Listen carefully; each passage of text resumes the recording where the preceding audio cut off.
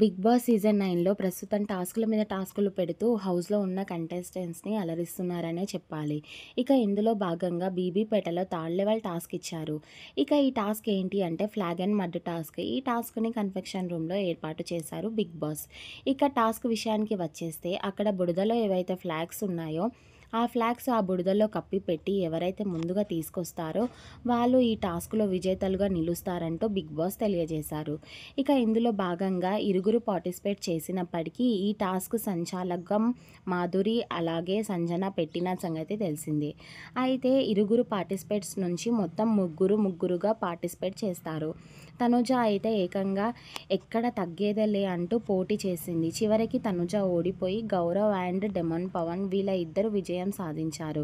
మరి ఏది ఏమైనప్పటికీ బిగ్ బాస్ హౌస్‌లోని టాస్కుల మీద టాస్కులు మిమ్మల్ని అలరిస్తున్నాయా? కామెంట్ చేయండి.